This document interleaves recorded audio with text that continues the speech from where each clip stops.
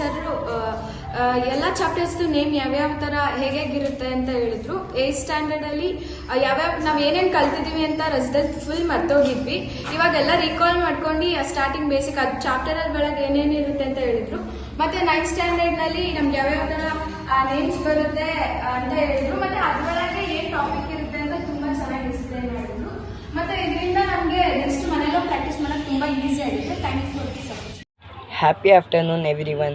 My name is Heggere. I am studying in 10th standard. My school name is Maulana Azad Model School. Mathematics chapter names are: first one arithmetic progression, second one triangles, third one pairs of linear equation in two variable, fourth one circles, fifth one areas related to circles, sixth one construction, seventh one coordinate geometry, eighth one real numbers.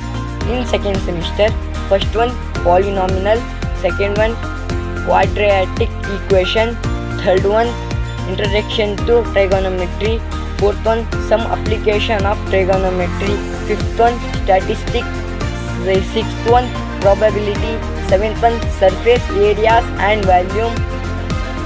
Happy day.